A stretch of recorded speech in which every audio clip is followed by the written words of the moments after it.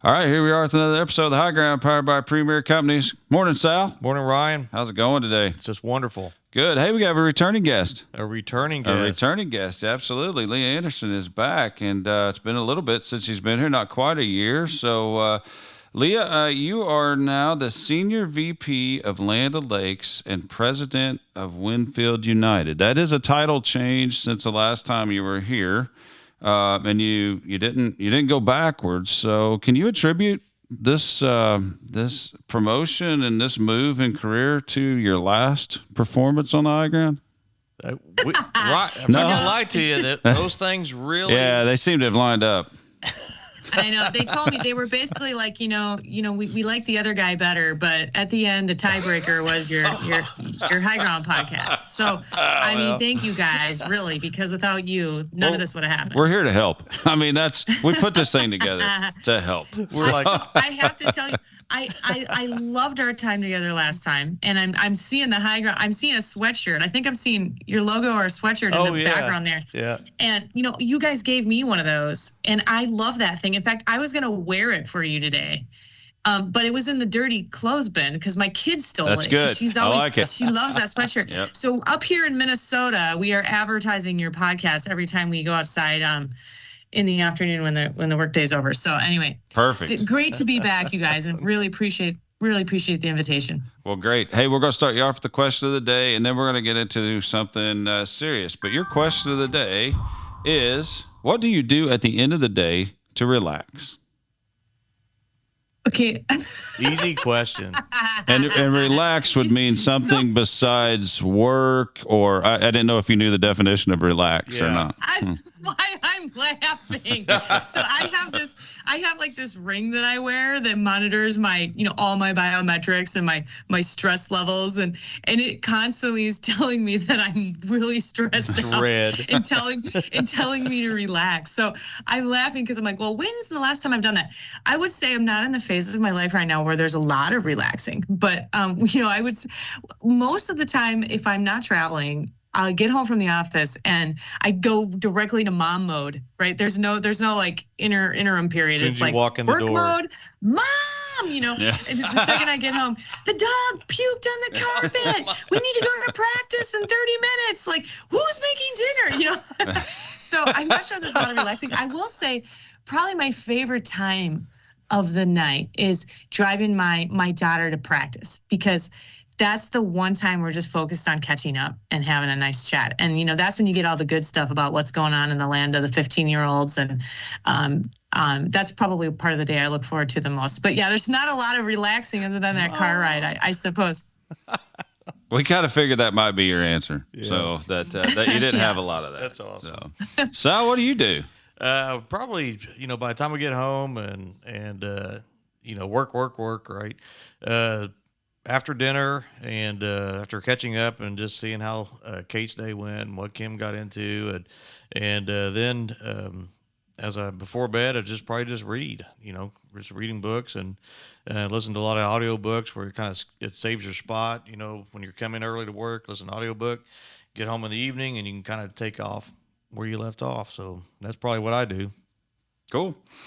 Well, I do a couple of different things. I do like to read, and it's funny you said that it saves your spot, because my daughter got me a bookmark at Christmas, and all it says on it is, "This is where you fell asleep last night." So it's nice. It's nice to have that when you flip the book back up. You're like, oh, I do remember that. Yeah. So, but every once in a while, I just like sit down. I play guitar a little bit, and so just 10 or 15 minutes of that is just that's sort of just get your mind in a different frame, and I like it. I have a pretty extensively long drive in the evening, so I usually go from being keyed up to trying to stay awake to then sort of keyed up again. So yes, it's not the worst activity in the world. So thank you for that. And so you've been on the High Ground before in May of 2023, and you had a different title then. So tell us a little bit about your career path and what's changed.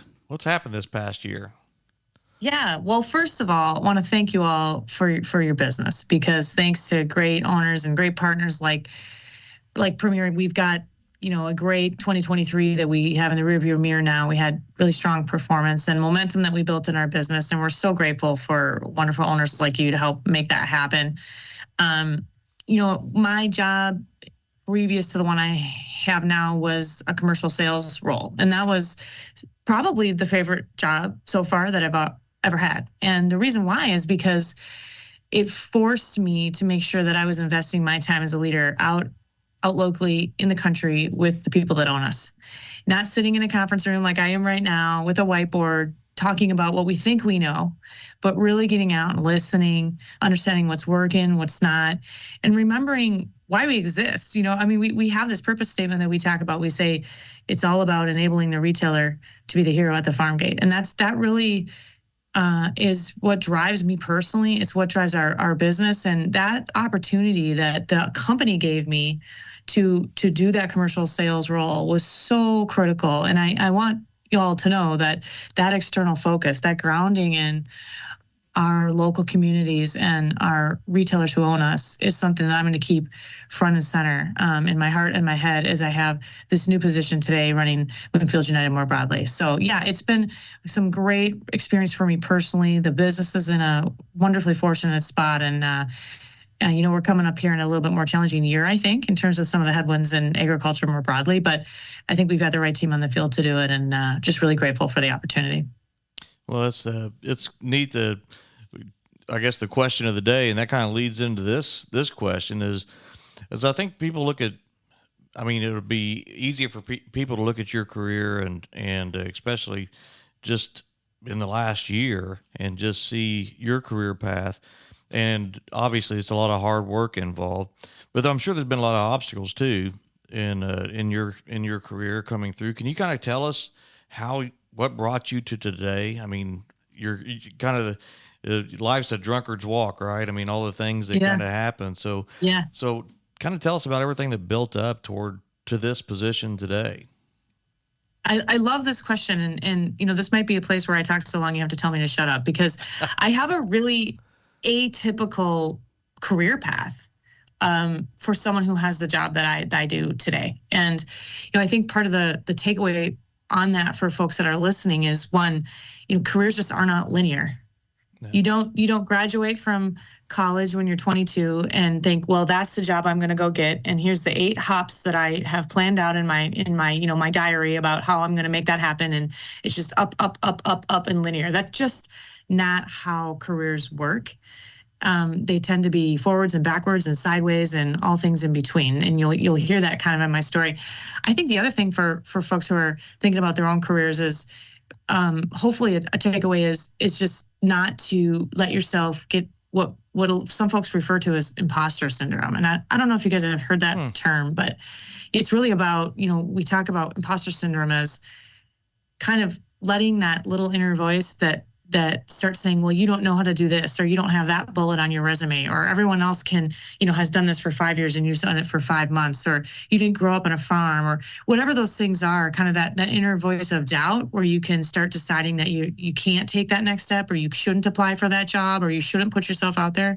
But instead, kind of my journey was around saying yes to all those things and trusting myself that I could learn it or that I could figure it out, and trying to focus on what I could do or what I did know versus a lot of the things that I didn't. So kind of story-wise, I graduated from undergrad with a math degree, math and computer science. Nice. That's where I started. And if you would have asked me what I was going to be doing when I'm 45, this is not what I would have told you I'd be doing. I thought I was going to be doing something in technology, and that's actually where I started my career. My first job out of college was writing code on a green and black screen for a insurance company's mortgage claims system. And you guys are probably picking up, I'm a raging extrovert. How do you think that went? Okay. No, for like a hot second, they're like, okay. Yeah, we kind of picked that. Yeah. They promoted me. I was 23 years old. They're like, you seem a little people oriented. So they promoted me to be a manager of these mortgage claim system programmers. 23 years old, bossing around these 55-year-old ladies. And I didn't know what the heck I was doing. I don't even know. So anyway, that wasn't great. Somebody called me who knew me, and I ended up taking a shift over to a different company. And you folks may have heard of it. It's called U.S. Bank. It's one of the biggest banks in the United States. And I went over there. They hired me to write information security policy. Okay. Okay. So like, if you start at a new company and you have to like sign the thing that says my password will be 6 characters and 2 exclamation points and a number and whatever. Okay. It was my job to like write those rules. And you're qualified. I'm keeping it clean here, but I was an HE double hockey sticks. Okay. I'm a Minnesotan. Visualize those hockey sticks, people. Okay. So I'm like, what am I doing? Right. So I kept getting some different opportunities at U.S. Bank, and I ended up doing some pretty cool things. By the time I left there, I was leading IT strategy for U.S. Bank, and I kind of had my career catapulted by a gentleman who really sponsored me. And that was the first time in my career where I experienced a senior leader investing in me. And he yanked me out and he said, I think you have more potential than writing information security policy. And I'm like, I do? I do? This isn't it. And he invested in me in that way. Now I had to be willing to take some risks and take some opportunities he brought to me, but that was one of the first times where I had someone give to me in a way that was transformational for my career. And I today have a real strong sense of obligation to give back, to pay it forward, whichever way you want to talk about it, because I was a recipient of that sponsorship, and it really did catapult my career. And I learned so much by watching him. He ended up leaving U.S. Bank. I worked for a guy that was more worried about how my nails looked. This is true. Like he would always comment on my nails than the work we were doing, and it was just not a good fit. So seems odd. Yeah, doesn't it? It was like, what? His nails looked amazing, though. By the way, he got them done like every other week. I swear to God, that's true. So, and I don't do my nails. Okay, I clip them with the clippers. I don't have time for that. So, so true. I can't repeat his name because I think he still works there. So, I left U.S. Bank. Kind of soul searching, like who the heck I was, because I'd kind of rode the coattails of this other person's career. Went to Blue Cross Blue Shield, which is in healthcare, and I ran from something, not to something, and that's another important lesson. I think I was not that excited about working for a healthcare insurance company. I was just excited about leaving the nails guy, and I probably jumped. Yeah. So I probably jumped that too fast. And when I got to Blue Cross, there was a lot of things that were really interesting. I mean, you think about what's going on in healthcare right now. I mentioned my ring that's tracking my stress levels, in terms of digital transformation, and what's going on with how we treat patients and manage health risk and all those things. There's some really interesting stuff, actually not dissimilar from what we're doing with plants. And I was just very fortunate to be promoted very quickly there. And I actually ended up being the youngest vice president ever at the company. And I'd had the job for like 2 months. And in Minnesota, it's a really big deal if you have like underground parking because it's heated. And my job, the best perk of the job was I had a personal parking spot in an underground heated parking garage. It said my name on it, like Leah Anderson. I mean, this is making it, people. You arrived. Like, yeah. I'm like cruising in there, parking in my spot. My car doesn't have to warm up in the evening. But I remember one day I pulled in there and I just had this, just was paralyzed. Like I couldn't get out of the car. I called my husband and I said, I don't know what's wrong with me. I can't get out of the car. I cannot get out of the car. And all these years later, I'll tell you why I couldn't. It's because I was spending 70 hours a week. I had a fancy title and a fancy parking spot, but I wasn't doing work that mattered. And I was away from, at the time, my very young family. And it wasn't connected in my heart and my soul to it. Figuring out how to optimize healthcare insurance claims. It just wasn't something that I was connected to on a passion level. And I realized that life is about more than a paycheck. And I remember someone said to me once, stop worrying so much about the money and start following your passion. and the money will come. But by the way, you'll realize along the way that it was never about the money. And so I actually left Blue Cross 2 months after I got that job. They were like, we've never seen this before. The board of directors like, we just gave you this huge job. I left it and I came to Land O'Lakes.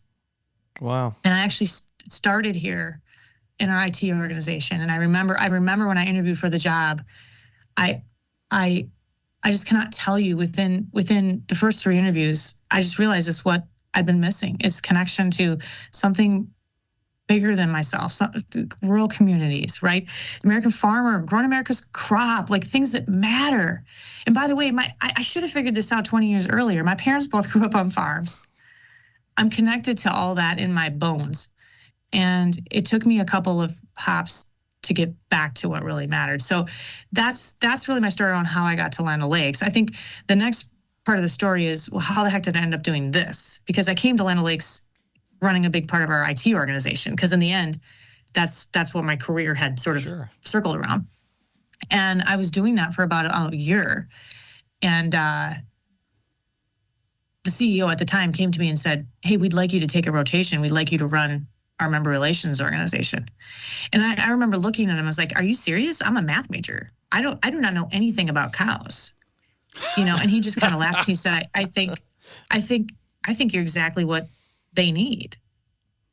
And I actually think our member owners were exactly what I needed, or maybe we needed each other. But I took that role and I spent the next 3.5 years of my life on farm, on dairies across the country, getting to understand what it really means to be a cooperative, understanding, local agriculture, local production, all the things that you guys know and do every day, and representing the members back to Land O'Lakes. And it was just an incredible experience. I'm so thankful for the opportunity to do that. And it really grounded me, especially in the power of the cooperative model. And that was me kind of just, when I talked about imposter syndrome, I mean, can you imagine what I was thinking? I mean, I walked on a farm for the first time. I showed up and did the darn thing in heels. How do you think that went on a dairy farm? You didn't have to tell him you were a math major? Yeah. But I had to just trust my gut that I could figure it out. And I was able to figure it out. And people gave me that chance and welcomed me. But just such an incredible experience, and me being willing to take that leap of faith, and from there, I realized that I was really loving, not being in technology and writing code or whatever else. So I kind of, probably for the first time maybe in my career, advocated for myself, in the sense that I actually asked to get a commercial rotation into one of the business units. And the one that happened to have an opportunity was Crop Inputs, our WinField United business. And that's how I came to WinField United over 6 years ago now, working for Brett Brueggemann, who until very recently was the president of WinField United. And I had an opportunity to do a lot of cool things, including running our crop protection business. And I mentioned sales and some other things, and now this role. But it's been a wild ride, and there's so many things I didn't get into because I talked too long already around, as part of those moves. Sometimes I took a demotion. One time I went from leading a team of 400 people to being an individual contributor. My title changed. I had lots of titles that weren't very sexy. But it's all part of the journey, and it shapes who we are. And sometimes you don't realize how life's preparing you for something until you get there. But lot of luck involved. But a lot of hard work and a lot of willingness to try new things. That's a neat story. Yeah, good story. So you told us why you sort of headed back into a career in agriculture from something in your past.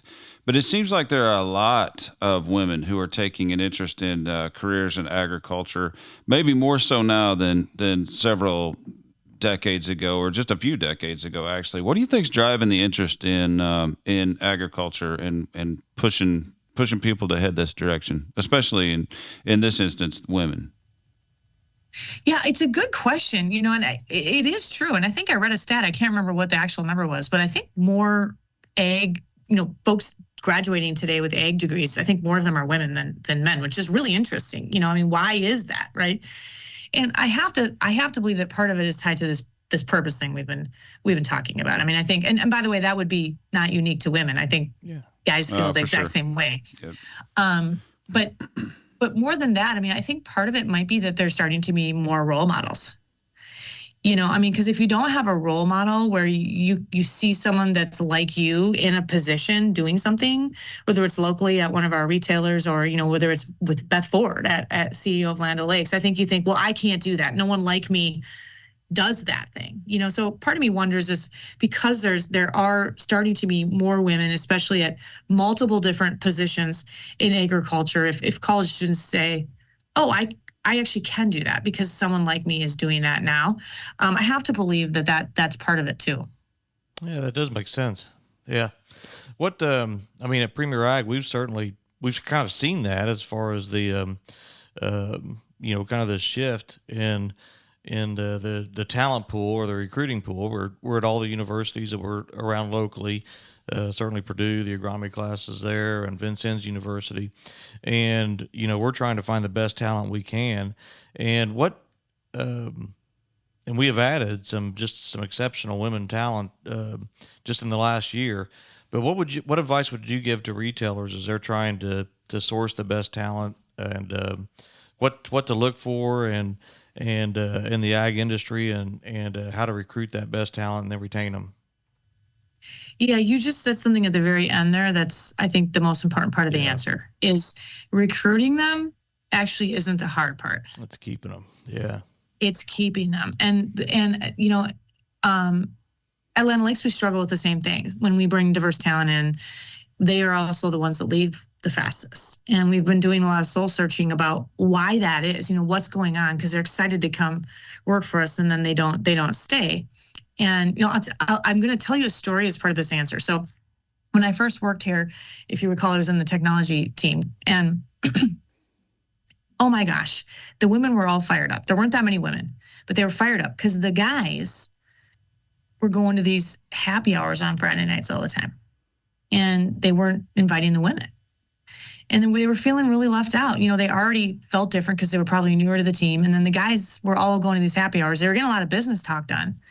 And they're having a lot of fun and bonding and building relationships. And it was really impacting how these women were feeling. So I'm kind of mouthy. So I was the one that got put up to go have the crucial conversation with the boss of all these people. And I remember I called this guy, Mike. I'm like, Mike, you got to start inviting the women to the happy hour. Like, it's really creating a rift. Like, they're not feeling included. Yeah, you got a click going. And yeah, it's a click, right? Or good, you know, sometimes women go to they say things like a good old boy club or whatever. And he goes, what are you talking about? I'm like, well, this happy hour that you organize every Friday night, you never invite the women. He goes, we don't organize a happy hour every Friday night. Just whoever's around and has time stops over at the bar, and who's ever there, who's there. He's like, there's no like invite or anything. If the ladies want to come, tell them to show up. And it was like, you know, those exploding head emojis? Because I'm like, oh, wow. Oh. Hold on.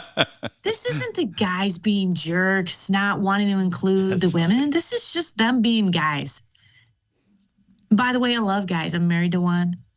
I've worked with them my whole life. A lot of my best friends are men. This is not them being jerks. This is them maybe not always thinking That's about how they think. Yeah. Remembering to invite, though, right? I mean, I think so. And this is just an example of what I'm getting at with attention. But I think both people have a role in how this went down, right? The guys have to force themselves just for a moment, kind of like you do with your wife when she's like, you never say you love me. You're like, I told you 2 years ago, you know I love you. She's like, no, you have to tell me every week.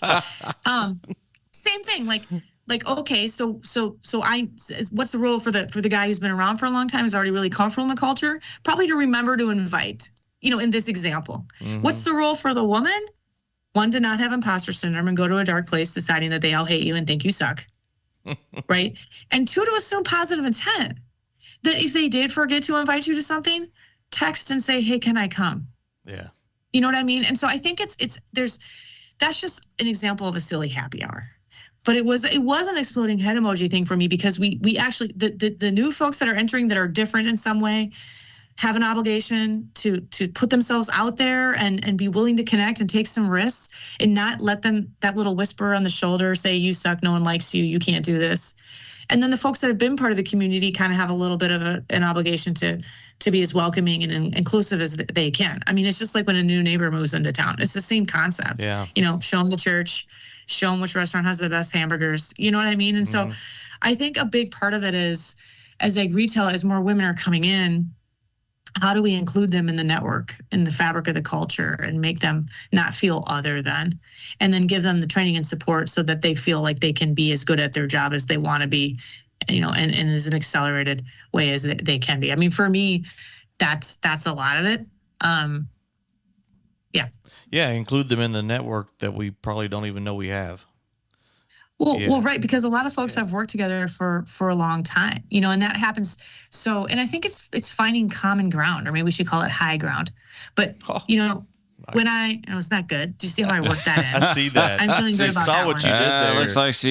Looks like she's buying for another sweatshirt. Yeah. Sounds to me like point for Leah. But so for me, like for me, so I'm most of the time in the meetings that I'm in my life, in my career, I'm the only woman still. Right.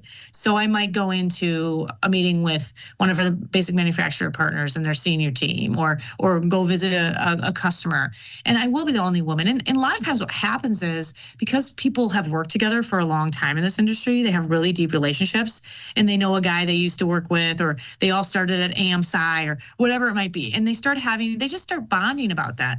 And so that can be hard, for example, for me, because I don't have that. So it's like hard to connect. But for example, then it's my job, I think, again, the onus isn't all just on the people that have been around for a while. It's my job then to find common ground that we can talk about. So for example, I love college football.